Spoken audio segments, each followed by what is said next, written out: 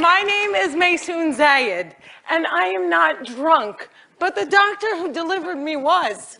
He cut my mom 6 different times in 6 different directions, suffocating poor little me in the process.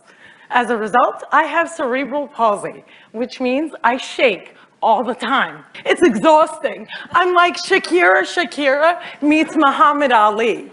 CP is not genetic. It's not a birth defect. You can't catch it. No one put a curse on my mother's uterus, and I didn't get it because my parents are first cousins, which they are. It only happens from accidents, like what happened to me on my birthday.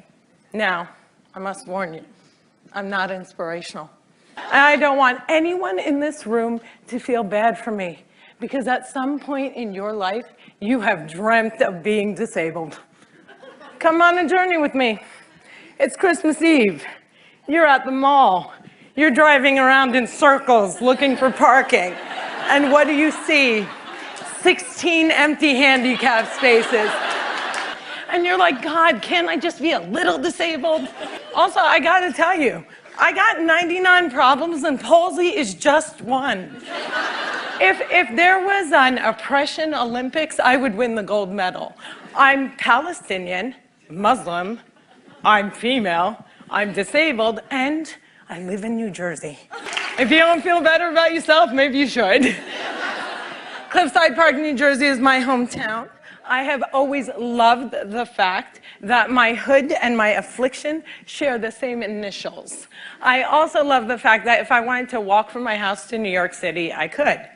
A lot of people with CP don't walk, but my parents didn't believe in can't.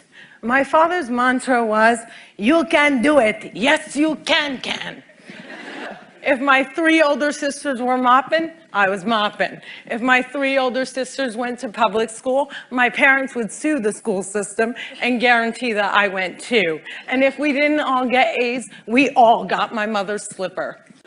My father taught me how to walk when I was 5 years old by placing my heels on his feet and just walking. Another tactic that he used is he would dangle a dollar bill in front of me and have me chase it. This was before 9/11 and before politicians thought it was appropriate to use "I hate Muslims" as a campaign slogan. The people that I grew up with had no problem with my faith. They did, however, seem very concerned that I would starve to death during Ramadan. I would explain to them that I have enough fat to live off of for 3 whole months, so fasting from sunrise to sunset is a piece of cake. I have tap danced on Broadway. Yeah, on Broadway. It's crazy. My college was imitating life. Hollywood has a sordid history of casting able-bodied actors to play disabled on screen. Upon graduating, I moved back home, and my first acting gig was as an extra on a daytime soap opera. My dream was coming true, and I knew that I would be promoted from diner to wacky best friend in no time. But instead, I remained a glorified piece of furniture that you could only recognize from the back of my head.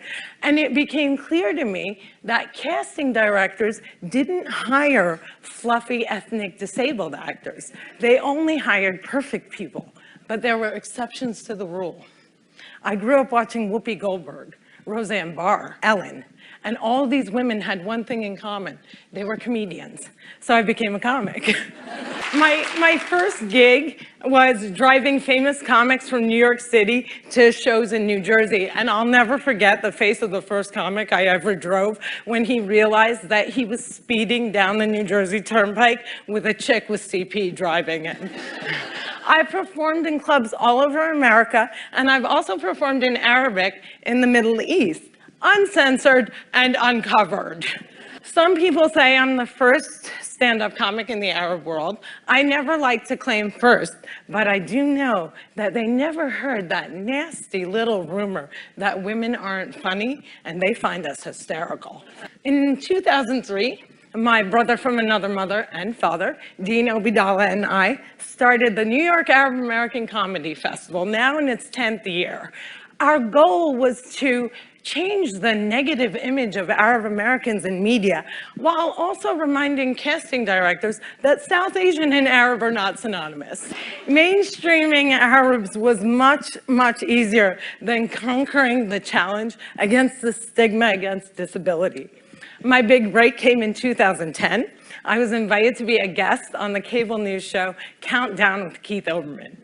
I walked in looking like I was going to the prom, and they shuffle me into a studio and seat me on a spinning rolling chair. So I looked at the stage manager and I'm like, excuse me, can I have another chair? And she looked at me and she went, 5, 4, 3, 2, and we were live, right? So I had to grip onto the anchor's desk so that I wouldn't roll off the screen during the segment. And when the interview was over, I was livid. I had finally gotten my chance and I blew it, and I knew I would never get invited back. But not only did Mr. Olbermann invite me back, he made me a full-time contributor, and he taped down my chair. One fun fact I learned while on the air with Keith Olbermann was that humans on the internet are scumbags. People say children are cruel, but I was never made fun of as a child or an adult. Suddenly, my disability on the World Wide Web is fair game. I would look at clips online and see comments like, yo, why is she tweaking? Yo, is she retarded? And my favorite, poor Gumby-mouthed terrorist, what does she suffer from? We should really pray for her.